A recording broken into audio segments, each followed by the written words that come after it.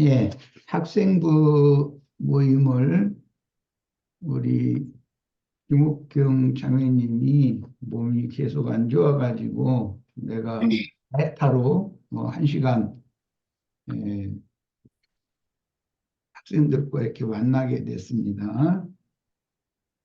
만주 어릴 때 담임 선생님이나 학과 담임 선생님이 무슨 건강상의 이유나 또는 다른 어떤 사정 때문에 출근을 못 하시면 대부분 학과를 맡으시지 않은 그 교감 선생님이나 또는 다른 학년의 학과 담임 선생님이 갑자기 이렇게 들어오셔가지고 선생님이 오늘 뭐 사정이 있어서 출근을 못 오셨다는 그런 얘기를 하고 1시간 이렇게 대신해서 교습을 해주셨던 그런 일이 몇 번 있어서 기억이 나네.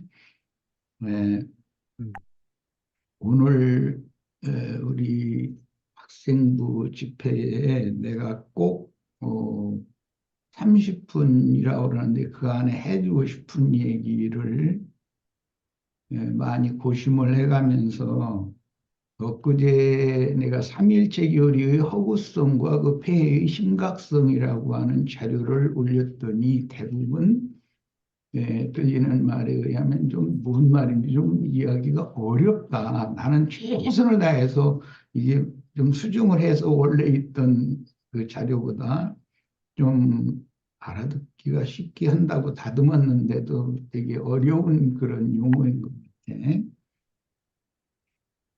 그래서 이제 오늘은 30분 안에 할 수 있는 자료를 요약해서 자료를 새로 만들어서 이제 올렸었는데 우리 학생부 학생들이 다 다운받아서 읽었는지 모르겠네. 이거 한번 읽어보고 나서 들으면 훨씬 유익할 텐데.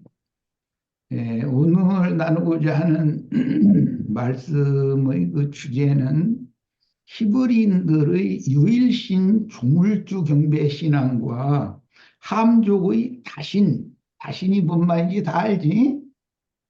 많은 신들이다 그 말이야. 성경에는 유일하신 하나님이라는 그 단수 형태도 있지만 뭐 가나안 족속들의 그 신들에게 뭐 이렇게 우상 숭배를 했다가 복수로 돼 있잖아. 그러니까 그런 것을 우리 학생들은 아마 유의해서 읽지는 않았을 테지만 오늘은 히브리인들의 유일신 우물주 경배 신앙과 함족의 즉 노아의 아들 세 아들 중에 함이 있지.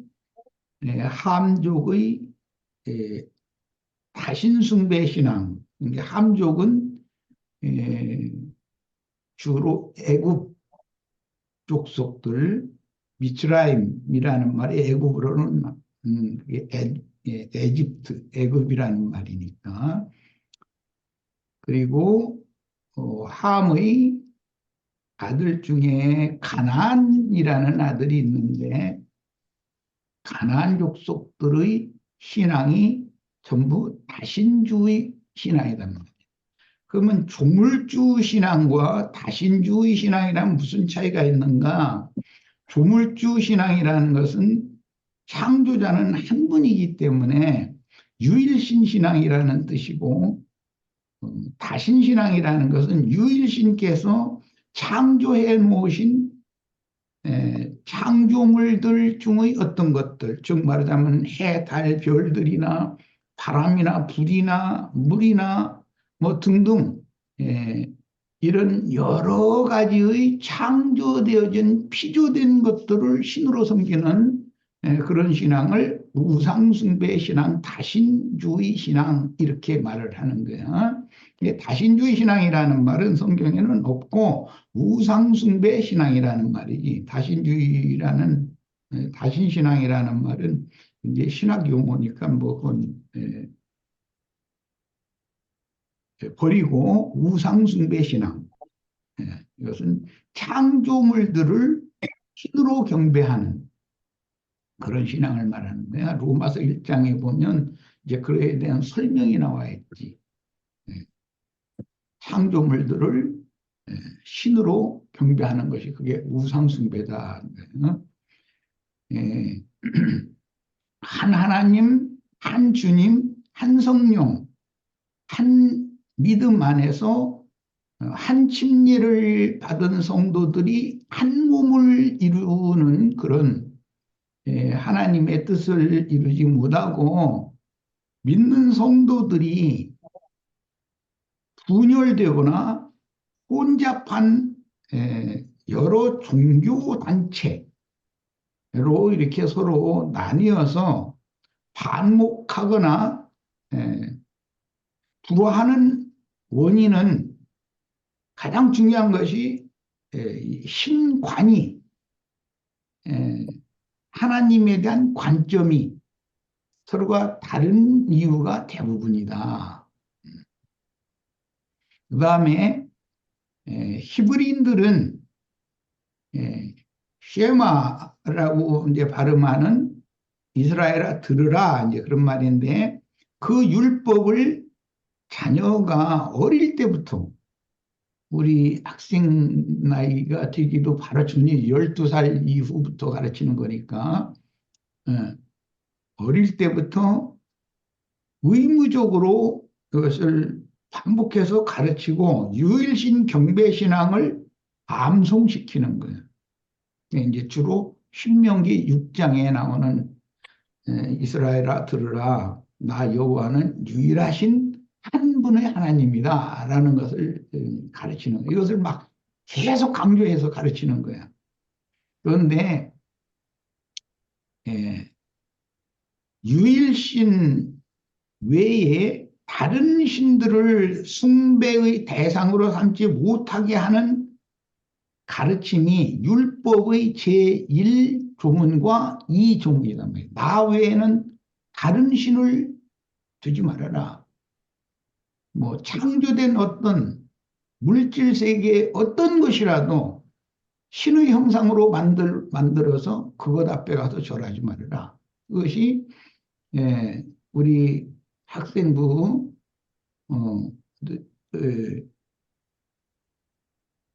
학생들이 다 성경에서 여러 번 아마 그 구절을 읽어봤을 거예요. 이마만큼 히브리인들의 신앙은 오직 경배를 받으실 하나님은 창조자, 조물주이신 한 분의 하나님이다 라는 것이 세상 모든 종교와 다른 거예요. 히브리인들만 온 세상에서 유일신 경배 사상을 대대로 가르침받고 이것을 유존하고 있어요. 다른 모든 종교라는 것은 사람을 또는 뭐 창공에 있는 해나 달이나 별들 중의 어떤 별이나 또는 불, 바람, 또 물 등 인간 생존에 꼭 필요하다고 여겨지는 어떤 것들을 숭배하는 그런 사상이 있습니다. 그런 것을 성경에서는 우상숭배라고 말하고 그런 다른 어떤 인간적인 잘못을 하지 말라고 하는 말씀도 많이 나오지만 하나님이 가장 미워하는 것은 창조물을 조물주와 같이 우상으로 숭배하는 그런 범죄인데 그걸 불경죄라고 그러고 그 불경죄는 죽이라고 돼 있습니다. 성경에. 그리고 하나님은 하나님 외에 다른 피조된 어떤 사물을 신으로 숭배하는 즉 우상 숭배를 하나님은 가장 미워하신다. 그러니까 신앙의 입문을 하는 데서 가장 필요한 것은 히브리인들의 유일신 신앙을 어릴 때부터 히브리인들의 교육 방법과 같이 그걸 이제 쉐마 율법이라고 해서 그걸 암송시키는 건데 이것을 어릴 때부터 신관을 바르게 딱 정립을 해야 된다는 거예요. 그렇지 않으면 자꾸 다른 혼잡한 그 신관을 가지고 있으면 신앙이 자꾸 흔들리는 거예요. 일정할 수가 없지. 한 하나님, 한 주, 한 성령, 한 믿음 안에서 한 침례를 받은 성도가 모여서 한 몸을 이루는 아주 이 기본적인 하나님이 원하시는 신앙을 함께 나눌 수가 없게 된답니다. 자, 이제 본문으로 들어가겠습니다. 창세기 1장 1절에서 2장 3절까지는 이미 우리 김옥경 자매님한테 가르침 받는 건 내가 다 들었고, 창세기 1장 1절에서 2장 3절 사이에 하나님이 태초에 하나님이 천지를 창조하시니라부터 시작해서 하나님이라는 용어가 우리 학생들은 세어본 사람이 아마 없을 것 같은데 몇 번이 나오느냐 하면은 30번이 나와. 창조 기록에서 이 하나님이라는 용어는 히브리어로는 엘로힘이라고 하는 용어인데 이 30회가 사용된 것이 창조 기록이고 창세기 2장 4절 이후에 그 하나님 엘로힘의 명칭, 칭호가 나오는데 그걸 우리 번역에는 여호와라고 기록이 됐어. 자, 한번 확인해 보자. 창세기 1장 1절부터 하나님이라는 용어가 나오죠. 네. 네. 그리고 그게 이제 다 세어보는 것은 우리 학생들이 깊이 연구를 하면서 다 세어보기로 하고 2장 4절에 그 하나님이 여호와 하나님이라고 하는 여호와라는 명칭, 호칭, 이걸 이제 신학으로는 성호라고 하는 거룩한 호칭이다. 그래서 성호, 하나님의 이름이 거기에 나옵니다. 2장 4절 보면 그랬죠? 하반절에 여호와 하나님이 땅과 하늘을 만드시던 날에 그 다음에 5절에도 여호와 하나님이 땅에 비를 내리지 아니하셨고 이렇게 지금부터는 전부 그 하나님이라는 용어 앞에 여호와라고 하는 하나님의 이름, 호칭이 기록이 된다. 다 확인했어요, 학생들? 네. 네, 확인했습니다. 자, 창세기 1장 1절에서 2장 3절까지는 하나님이라는 용어가 30회가 나오는데 그 하나님의라는 용어는 엘로힘이라는 용어이고 그 하나님의 구체적인 사람과 이제 하나님의 계획과 목적을 땅에 실현하는 그런 말씀에 들어가면은 여호와라고 하는 정식 하나님의 이름이 나온다. 그러면 그 여호와라는 이름이 이제 성경에는 너무 많이 나오기 때문에 몇천 번 이렇게 나오기 때문에 이걸 다 장절을 찾을 수는 없고 창세기 1장의 하나님이라는 용어와 창세기 2장 4절 이하에 나오는 여호와라는 신명이라고 그러는데 신의 이름이라는 거예요. 창세기 2장 4절 이하에 나오는 여호와라는 그 이름에 대해서 오늘 좀 살펴보려고 그래요. 왜냐하면 유일신의 신앙을 정립을 해야 된다 싶어서 얘기를 나누는 거예요. 자, 엘로힘이라는 게 사전을 내가 다 올려놔줬는데 사전 뜻은 엘 혹은 엘로하라고 하는 복수형의 신명이다. 하나님의 이름이 엘로힘이라는 거예요. 하나님의 이런 정식 명칭이 아니고 그냥 광의적인 우주적인 신을 호칭하는 말인데 이 엘로힘은 대부분이 거의 다 성경이 사용할 때 복수 형태로 사용이 된다. 이것은 에, 지난번에 내가 해놨던 자료 1인칭 복수의 그 어미를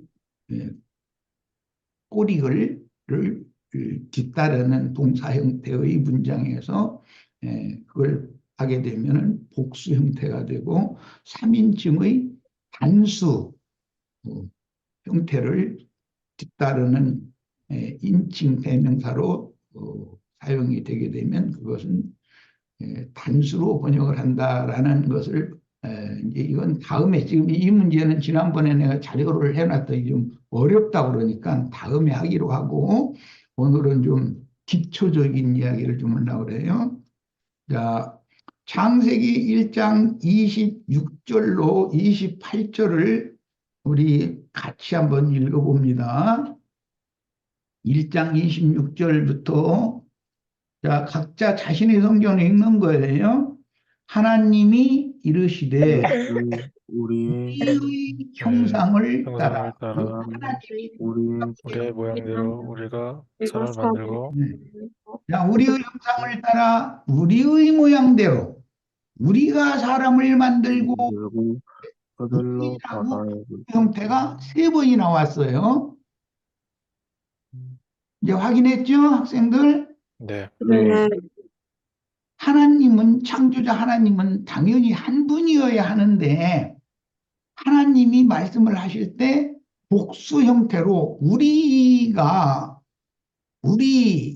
하는 이 복수 형태로 한 문장에서 세 번이 겹쳐졌어요.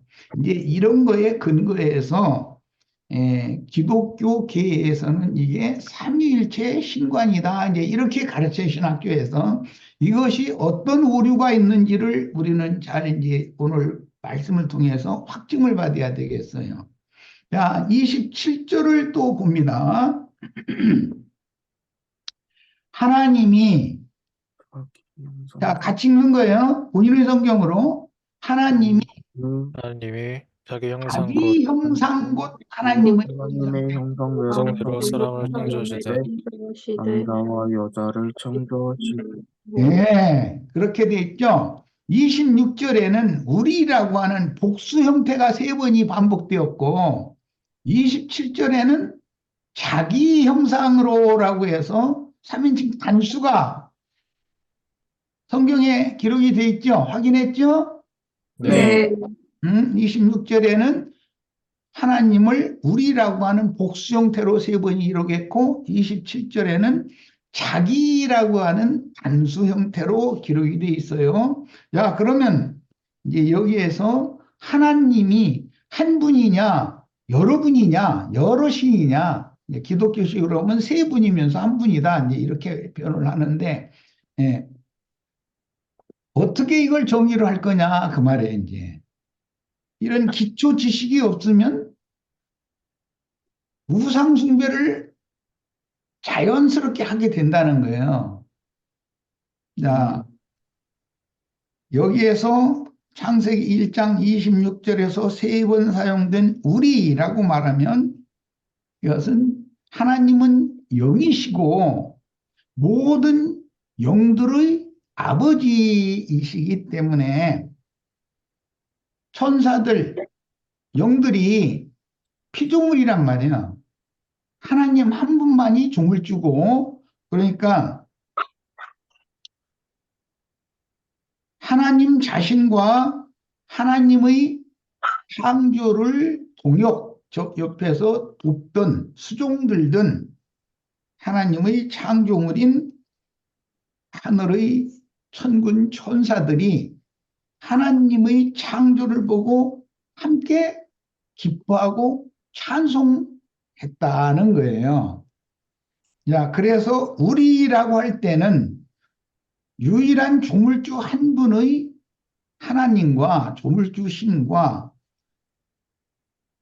한 조물주 하나님을 수종들고 하나님의 영광을 수호하는 천군 천사들이 옆에서 동역했다라는 관점으로 우리라는 용어가 사용된 것이지 삼위일체라는 개념이 아니다라는 거예요. 내가 이제 답부터 미리 해놓고서 나가야 쉬니까.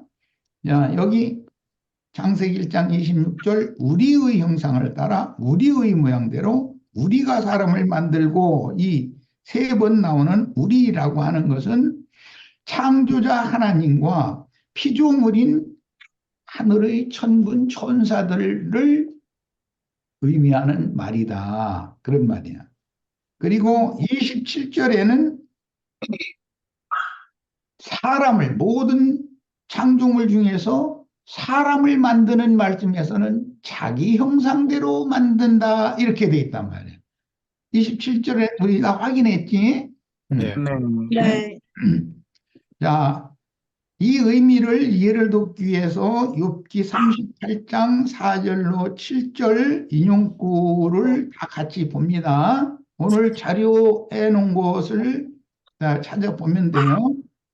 내가 땅의 기초를 놓을 때 네가 어디 있었느냐? 욥에게 하나님이, 내가 창세기 1장 1절 태초에 하나님이 천지를 창조하시니라 그때 너는 어디 있었느냐? 이제 이걸 이제 질문하는 거예요. 네가 깨달아 알았거든 말할지니라. 누가 그것의 도량법을 정하였는지, 누가 그 줄을 그것의 위에 띄웠는지 네가 아느냐? 그것의 주추는 무엇 위에 세웠으며 그 모퉁이 돌을 누가 놓았느냐? 그때에, 여기 그때라는 건 내가 땅의 기초를 놓을 때 그 말이지. 네. 네. 도연이 이해됐어? 네. 그때라는 말은 창조자 하나님께서 땅의 기초를 놓을 때를 말한단 말이야. 천지를 창조하실 때. 자, 그때에 새벽 별들이 기뻐하며 기뻐 노래하며 하나님의 아들들이 다 기뻐 소리를 질렀느니라. 천사들을 성경이 구약 성경에서 표현할 때 별들로도 표현을 하고 하나님의 아들들로도 표현을 한다, 그런 말이에요. 다 확인했지? 네. 네. 네. 네. 자, 그럼 하나님의 아들들이라는 이 용어는 신약의 히브리서 12장 9절에서 확증을 해 주시는데, 구약 성경에 나오는 하나님의 아들들이라는 용법을 지금 설명하는 거예요. 히브리서 12장 9절 같이 봅니다.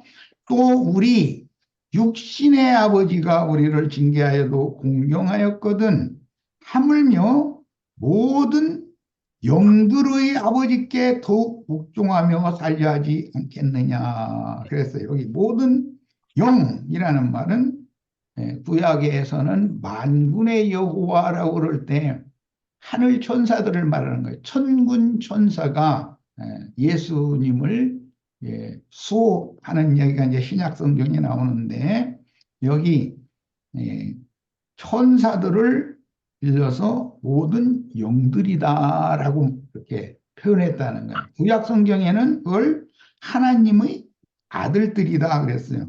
천사들의 모든 영의 아버지니까 천사들을 낳으신 분이다, 그런 뜻이 되겠지. 네. 창조자 하나님은 한 분이고 모든 천사들은 하나님이 낳으신 영들이다, 지금 그런 뜻이단 말이야. 예. 자, 이번에는 욥기 1장 6절로 12절 중에 욥기 1장 6절을 인용을 했는데 봅니다. 하루는 하나님의 아들들이 와서 여호와 앞에 섰고, 여기 하나님의 아들들이라는 용어가 또 나왔지? 네. 네. 이 하나님의 아들들은 뭘 의미한다고? 하늘의 천군 하늘의 천사들, 하늘의 창조자 하나님이 지으신 영들이단 말이야. 네. 만군 할 때 그 수만의 천사들, 그 군이라는 것은 주라는 뜻인데, 이제 이것은 이제 복잡하니까 다음에 하기로 하고, 이 세상에는 만주라는 것이 있어. 그래서 만군의 하나님이요 만주의 하나님이다. 그 군이라는 건 임군 할 때 주인이라는 용어인데 좀 학생들한테는 머리 아플까 무섭네. 자, 어쨌든 하나님의 아들들은 하나님이 창조하신 창조물 중의 한 부류인 천사들을 의미한다. 그런 말이에요. 하나님의 아들들은, 자, 지금 왜 이런 이야기를 내가 지금 하느냐면 창세기 1장 26절에 창조자 하나님이 우리의 형상을 따라 우리의 모양대로 우리가 사람을 만들고 라고 하는 복수 형태를 말씀하실 때 여기에서는 창조자 하나님과 창조자 하나님을 보필하든 수종들든 돕던 천사들을 통칭해서 하나님과 천사들을 통칭해서 우리라고 번역을 한 거다. 이 말을 잘 이해를 하고 있어야 돼. 이건 삼일체 하나님이라는 말이 아니고 동물주와 천사들을 의미한다. 그런 말이야. 자, 욥기 이번에는 2장 1절부터 7절인데 우선 2장 1절, 2절만 인용을 했으니까 봅니다. 또 하루는 하나님의 아들들이 와서 여호와 앞에 서고 같은 말이 반복되고 있지? 네. 하나님의 아들들이 여호와는 동물주를 말하는 건데 동물주 앞에 하나님의 아들들이 즉 하나님이 지으신 창조하신 천사들이 하나님을 수호하고 있다 이 말이에요. 하나님 보좌 주위에서 하나님을 수호하는 형태를 지금 이렇게 표현하는 거예요. 예. 사탄도 그들 가운데 와서 여호와 앞에 서니 이 천사들 중에는 이제 크게 빛의 천사들이 있고 어둠의 천사들이 있는데 이 사탄은 어둠의 천사들을 인도하는 천사장. 이건 이제 이사야서에서는 14장이지 거기에서는 루시엘 라틴어로 음력을 할 때 그 루시퍼라고 그랬는데 루시엘 천사단 말이야. 그걸 사탄이라고 그러고 마귀라고 그래. 그런데 우리들이 성경에서 자주 대할 수 있는 천사장은 가브리엘 천사장 이야기 다 알지? 예수님 예수님 출생기사에서도 가브리엘 천사장이 마리아에게 와서 하나님의 소식을 전했다고 돼 있잖아. 네, 가브리엘이라는 용어 자체가 하나님의 기쁜 소식, 좋은 소식, 즉 복음을 전하는 자다, 천사장이다 그런 뜻이야. 가브리엘. 그리고 미카엘이라는 천사장 이야기도 나와. 그런데 미카엘은 하나님의 군대 장관이다. 그래서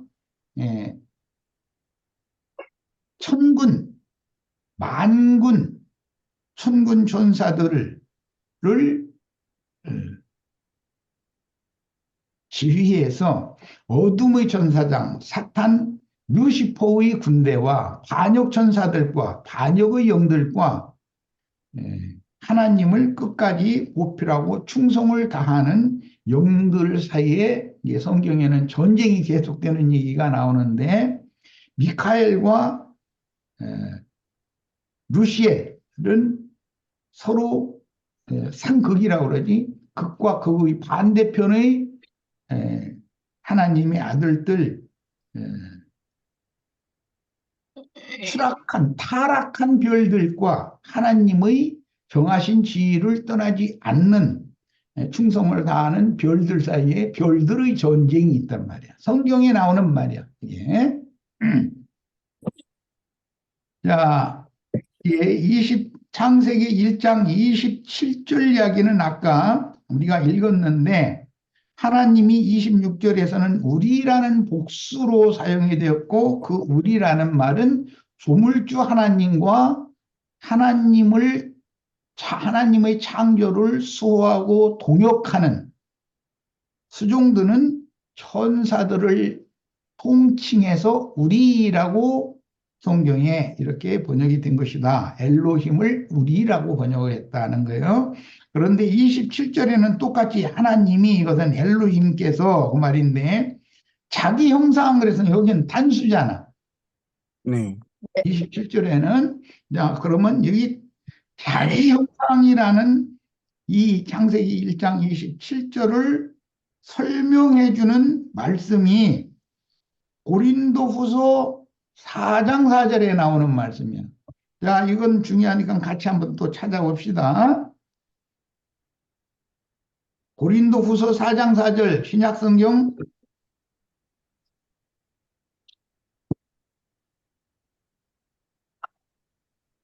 내가 우리 김옥경 자매님을 통해서 성경책도 나눠주고 성경 읽기를 한 2년여를 함께 하시라고 그래가지고 성경을 다 읽게 내가 만든 거는, 사실은 성경에 기록된 내용을 알고 성경을 쉽게 찾을 수 있을 정도는 돼야 이런 말씀을 가르칠 수가 있기 때문에 성경 읽기를 먼저 했었던 거예요. 우리 학생들은 성경 읽기를 부지런히 해야 되겠어요. 여기 보면 고린도후서 4장 4절 누가 읽을까? 제가 한번 읽어볼. 희열이가 읽어보자. 네. 그중에 이 세상의 신이 믿지 아니하는 자들의 마음을 혼미하게 하여 그리스도의 영광의 복음의 광채가 비치지 못하게 함이니 그리스도는 하나님의 형상이니라. 자, 하나님이 자기 형상, 곧 하나님의 형상대로 창세기 1장 27절에 이렇게 나왔는데, 신약성경 고린도후서 4장 4절 하반절에는 그리스도는 하나님의 형상이니라 라고 설명이 나와 있지. 예. 네. 네? 다 확인했어? 네, 확인했습니다. 자, 성경을 읽을 때는 이렇게 읽는 거야. 구약 성경이 어디에 나오면 이건 어떤 모형, 예표, 그림자이기 때문에 그것을 실제 확증해 주는 말씀이 신약 성경에 나오기 때문에 그것을 짝을 딱 찾아서 읽을 줄 알아야 돼. 그래야 그 의미를 해석을 해낼 수가 있으니까. 이런 신학적인 지식이 없는 사람들이 목회를 하다 보니까 세상 교계가 이렇게 전부 혼잡한 거야. 성경은 반드시 성경으로나 해석하는 것이지, 성경은 하나님의 말씀을 사람이 사용하는 언어와 글자로 기록을 해서 인간들에게 구원을 위해서 이게 우세에 남겨준 하나님의 신의 말씀인 건데, 신의 말씀을 인간이 함부로 해석한다는 건 있을 수 없는 것이잖아. 하나님 자신이나 자신의 말을 설명해야 되는 것이지. 이해가 됐지? 네. 네? 자, 하나님이 창세기 1장 28절로 갑니다. 그들에게 복을 주시며 그랬는데, 여기 그들은 남자와 여자, 사람을 창조하실 때 남자와 여자를 창조하시고라고 되어 있지, 27절에. 네. 그러니까 당연히 그들이라고는 복수를 써야 되겠지. 남자만 창조한 게 아니라 남자와 여자를 창조했기 때문에 그렇게 창조하신 그 남자와 여자에게 복을 주시었다. 그리고 그들로 하여금 생육하고 번성하게 했고, 그들을 통해서 하나님이 창조한 모든 창조물들, 세상의 모든 종교계가 우상으로 숭배하는 피조물들을 정복하고 다스리게 하셨단 말이에요. 나 지금 하는 말은 우리 학생부 그 학생들 전체가 아주 마음에 인을 해서 잘 들어야 돼. 하나님은 모든 창조물을 창조하셨는데 그 모든 창조된 창조세계의 창조물들을 사람에게 맡겼다 그 말이에요. 누구에게? 하나님 자신의 형상, 그리스도의 형상과 모양으로 만들어진 남자와 여자에게 모든 창조물을 맡겼다 그 말이에요. 그래서 정복하고 모든 생물을 다스리게 하라. 하자 그랬다는 거야. 예, 이런 의미에서 사람은 만물의 영장이다 이렇게 말하지. 네. 만물의 영장이라는 말이 뭔 뜻인지 알겠지 이제? 네, 알겠습니다. 모든 피조물을 지배하는 지배권을 사람에게 하나님이 맡긴다 그 말이란 말이에요. 이게 사람이라는 건 우리 예, 학생들 또는 모든 지체들이 많은 만물과 만상과 만사와 이런 것들 중에서 사람으로 창조된 것 자체가 어마어마한 선택이고 축복이다. 그런데 사람도 종류가 많은 여러 찌려 짐승만도 못한 인간도 있고 이렇게 하여튼 여러 가지가 있어. 예. 이런 하나님의 말씀에 대해서는 관심도 없고 한 번도 읽어보려고도 안 해. 그런데 세상 돈 많이 벌어서 세상에서 출세하는 것에만 관심을 가져. 그러면 하나님께서 보실 때 그는 사람으로서의 가치가 없다 이거예요. 만물의 영장으로서의 그런 권위가 없다 이거예요. 자, 윤지는 어디 갔어? 윤지 아까 배터리 없다고 화면만 꺼진 것 같은데. 화면이 꺼졌어? 네, 배터리가 없다 그래가지고. 배터리 저기 직선으로 전원 연결을 해가지고 다시 켜. 어. 자, 자, 우리가 지금부터 하는 말은 굉장히 중요해. 우리 부모님을 통해서 사람으로 나를 세상에 태어나게 하신 것이 어마어마한 선택이다 하는 걸 알아야 돼. 나를 무슨 뭐 티끌로나 무슨 뭐 짐승 중에 어떤 미물로나 뭐 이렇게 나를 세상에 보냈으면 내가 거기서 불만을 하겠어? 조물주의 뜻인데. 그런데 나를 사람으로 세상에 보냈다는 것이 얼마나 어마어마한 축복인가를 알아야 되고, 그 다음에 사람으로 태어났으면 반드시 하나님을 알아야 된다. 나의 창조자, 나의 아버지를 알아야 된다. 우리가 인간 세상에서도 이제 학생들한테는 좋지 못한 이야기인데 버릇없이 막대기에 자라 먹으면 깡패처럼 자라고 그런 사람 보고는 애비 없는 자식이다 이렇게 말을 해요. 네. 그것은 어마어마한 욕이잖아. 그것은 어마어마한 수치가 되는 말이거든. 그에게는 생명의 근원자, 자기 생명을 분배해 준 생명의 근원자가 없는 자다라는 말은 이게 어마어마한 그 욕설인 것이거든. 야, 그러니까 사람으로 태어났으면 만물의 아버지를 알아야 된다. 모든 영들의 아버지를 알아야 된다. 네.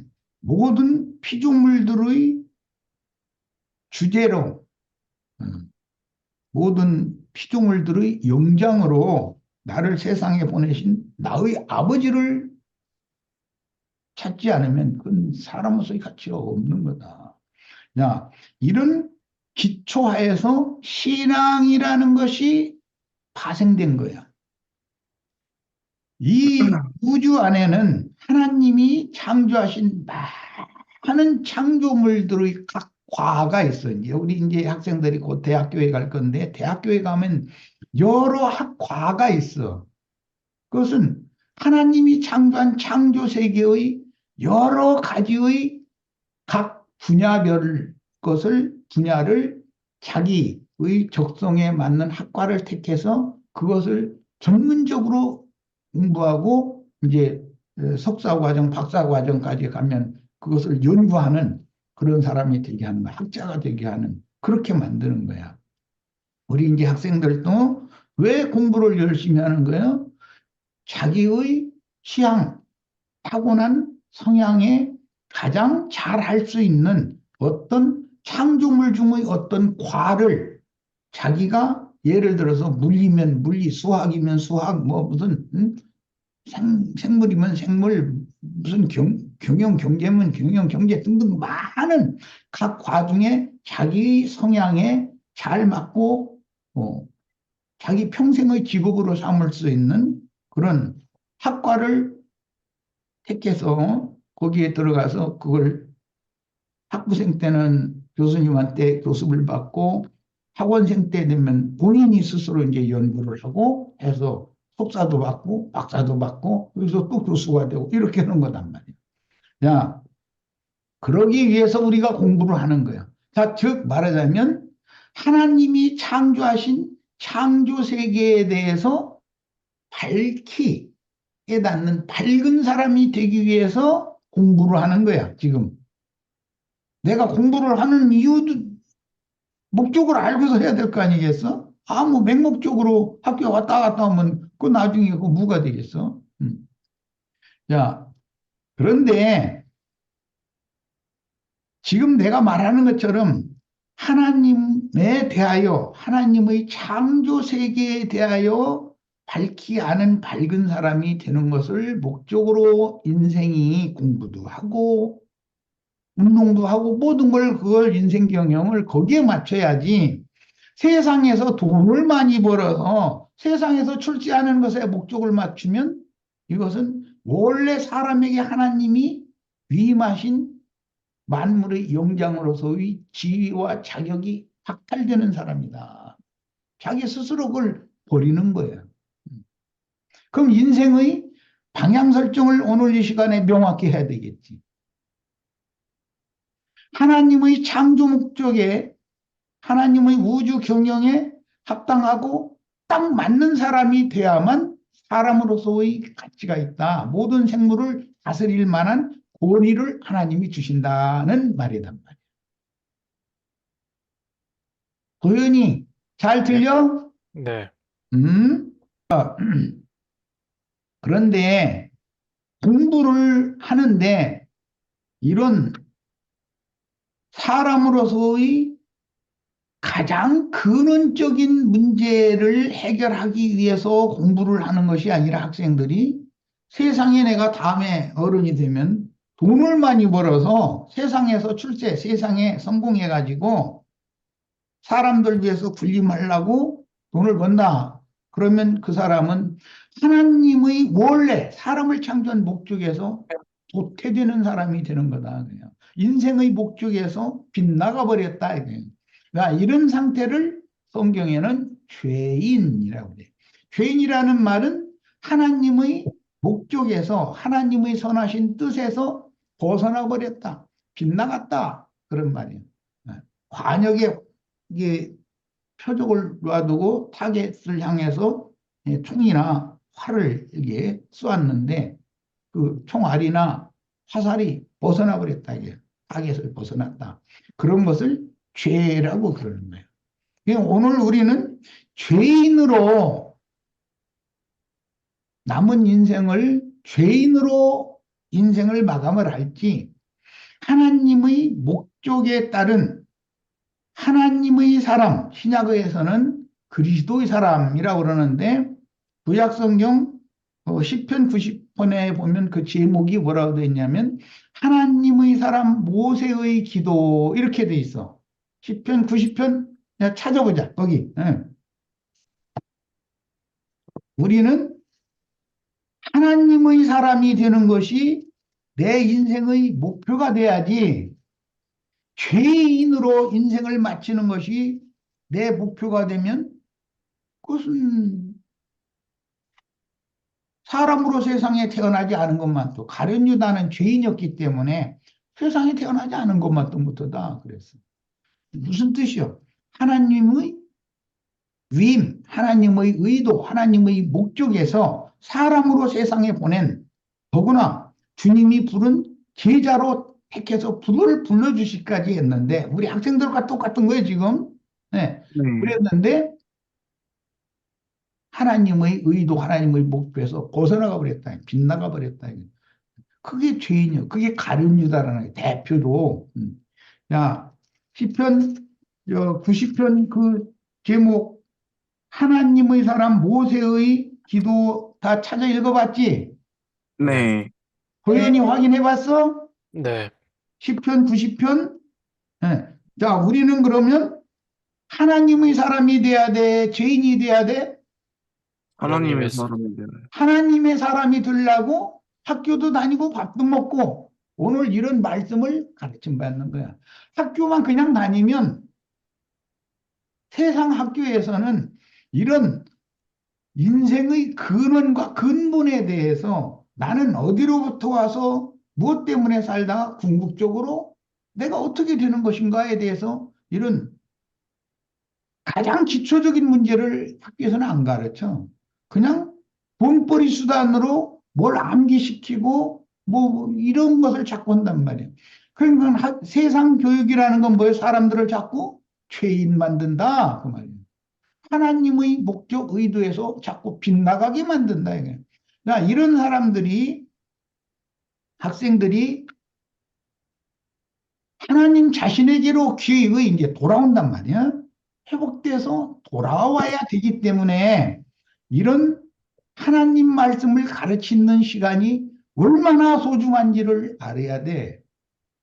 그래서 우리 학생들은 앞으로는 세상 공부보다도 30분이든 1시간이든 할애를 할 때 집중해서 성경을 읽고 말씀을 집중적으로 들어야 돼.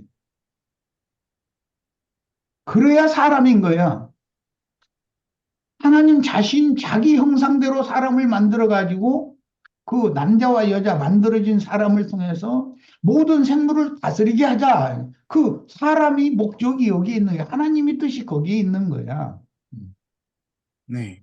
자, 이제 창세기 2장 4절 이하에서 여호와라는 단어가 사용되기 시작했다는 건 아까 읽어봤고 그 여호와라는 그 발음을 원래 히브리어의 22자의 글자는 원래는 자음만 있었어. 이 자음만 가지고는 잣소리와 홀소리가 합해야 발음을 할 수가 있는 거잖아. 네. 기억에다가 아야 오요 우유 이 모음을 합해야 가 뭐 가다 오다 뭐 등할 때 이렇게 그 단어도 만들 수 있고 발음을 할 수가 있고 의미를 부여할 수가 있는 거지. 그런데 히브리어는 세상의 모든 언어는 자음과 모음으로 구성이 되어 있지만 특이하게 히브리어는 자음으로만 돼 있다. 그런데도 다 말도 하고 그 글자를 나열을 해서 단어를 만들고 단어를 연결을 해서 언어 소통을 문서로 얼마든지 할 수 있는 특별한 언어가 히브리어야. 세상의 다른 모든 언어는 모음이 없이는 의미를 만들 수가 없어. 단어 자체를 만들 수가 없기 때문에. 자, 그런데 원래 신명사자라고 해서 신의 이름, 명칭, 네 글자라는 말인데 히브리어는 특징이 오른쪽에서부터 쓰기 시작해서 번역도, 읽기도 오른쪽에서부터 시작하는 거예요. 왼쪽으로. 자, 여기 글자 나열을 내가 해놨는데 이렇게 점처럼 쭉 삐진 맨 오른쪽에 네 번째 중에 네 번째 글씨 요드 거기 우측에서부터 읽는 거예요. 해석도 우측에서부터 하는 거고 세상 다른 글자는 전부 왼쪽에서 오른쪽으로 쓰고 그렇게 해석하잖아. 그러지? 네. 네. 네. 그런데 히브리어는 오른쪽에서부터 쓰고 오른쪽에서부터 읽고 의미도 오른쪽에서부터 해석을 하는 거야. 자, 지금 이제 하나님의 이름에 쓰인 히브리어 자음 네 글자를 내가 이제 표기를 해놨는데 그냥 눈으로만 익혀봐. 맨 오른쪽에 요드, 그 다음에 해, 그 다음에 바브라고도 하고 이제 와우라고도 하는데 그 바브, 그 다음에 해가 두 자가 있으니까 암송할 때는 요드와 바브만 암송하면 그 중간에는 해가 들어가니까 이 네 글자를 여호와라고 처음에는 그렇게 글자만 써놓고 발음을 하지 않았어. 하나님의 이름을 이 셈족의 특징은 그 아버지의 그 부친의 호칭을 함부로 이렇게 발음을 하면 그건 불순한 사람이 되는 거기 때문에 우리 학생들은 그런 교육을 지금은 받지 않는 시대를 살고 있어서 잘 모를 것 같아. 이제 네. 제가 어릴 때는 네, 자네 친부장 조남이 어떻게 되시는가? 어른들이 나한테 아버지 이름을 질문하실 때도 그렇게 물어봐. 춘부장의 조남은 어떻게 되시는가? 그러면 나의 본을 대가면서 뭐 어디 어디의 그 근거지를 가지고 있는 무슨 시, 성씨, 그다음에 무슨 자, 무슨 자를 쓰십니다. 이렇게 말을 합니다. 함부로 아버지 이름을 함부로 이렇게 발음하지를 않는 거야. 자, 네. 그런데 만물의 창조자 이름을 글자로 표기는 이 네 글자, 요드, 해, 바브, 해라고 하는 네 글자를 써놓기는 하지만 발음은 하지 않았다. 아버지 이름을 부를 수가 없었기 때문에 이것은 그만큼 경외했다 이거야. 오늘날 우리들이 있는 이 성경은 계속해서 필사되어져서 후대로 내려와서 보존된 건데 필사할 때 이스라엘 12지파지 야곱의 아들이 12였잖아. 12지파라고 그러잖아. 네. 12지파에서 각 지파에서 6사람씩의 학자들을 성경학자들을 모아가지고 필사를 시키는 거야. 예. 그런데 형제님 시간 50분 됐습니다. 어이구 큰일 났네. 그러면 뭐 다음에 해야지 뭐. 필사를 시키는데 이 여호와라고 하는 요드해 바브해라는 글자가 나오면 전체가 다 72명이겠지. 12지파에 6명씩이면 72명일 거 아니야. 전부 네. 이 여호와라는 그 명칭이 신의 이름이 나올 때는 전체가 다 일어나서 경배를 하고 그 다음에 앉아서 또 필사를 해나가고 그렇게 한다는 거야. 그만큼 히브리인들은 아버지, 하늘 아버지를 경외했다. 시간이 너무 많이 돼서 우리 학생들, 난 시간 가는 줄도 모르고 했는데 생각보다 시간이 이렇게 많이 됐네. 다음에 기회가 있을 때 우리 이제 김옥경 선생님이 얼른 건강해지셔가지고 2페이지 그 출애굽기 3장 14절 15절 하나님이 친히 자신의 이름을 나는 여호와다. 그 여호와라는 이름을 설명할 때는 나는 태초부터 스스로 있는 자다라고 이제 말씀하셔서 그 여호와라고 우리가 알고 있는데 창세기 2장 4절 이하에 하나님의 이름이 이렇게 정식 기록이 되어졌고 이것을 이제 발음을 하기 시작한 내용을 내가 이제 이 자료에 해놨는데 오늘은 시간이 돼서 이제 마쳐야 되겠네. 하나님의 이름이 여호와인데 여호와라는 그 이름을 영문으로는 I am 괄호 해놓고서 또 I am이라면 나는 곧 다다 이 말이에요. 이제 나는 곧 그니라라고 우리 번역에는 이렇게 번역이 되어 있어. 이런 말씀은 우리 김옥경 선생님한테 다음 주에 더 가르침을 받기로 하고 나는 오늘 여기서 마칠 거예요. 우리 학생들 내가 3월 1일 날 저기 오산에 가는데 그때 다 참여해서 얼굴들 좀 보고 그러자. 네, 감사합니다. 감사합니다. 건강히 잘 감사합니다. 가시네. 네.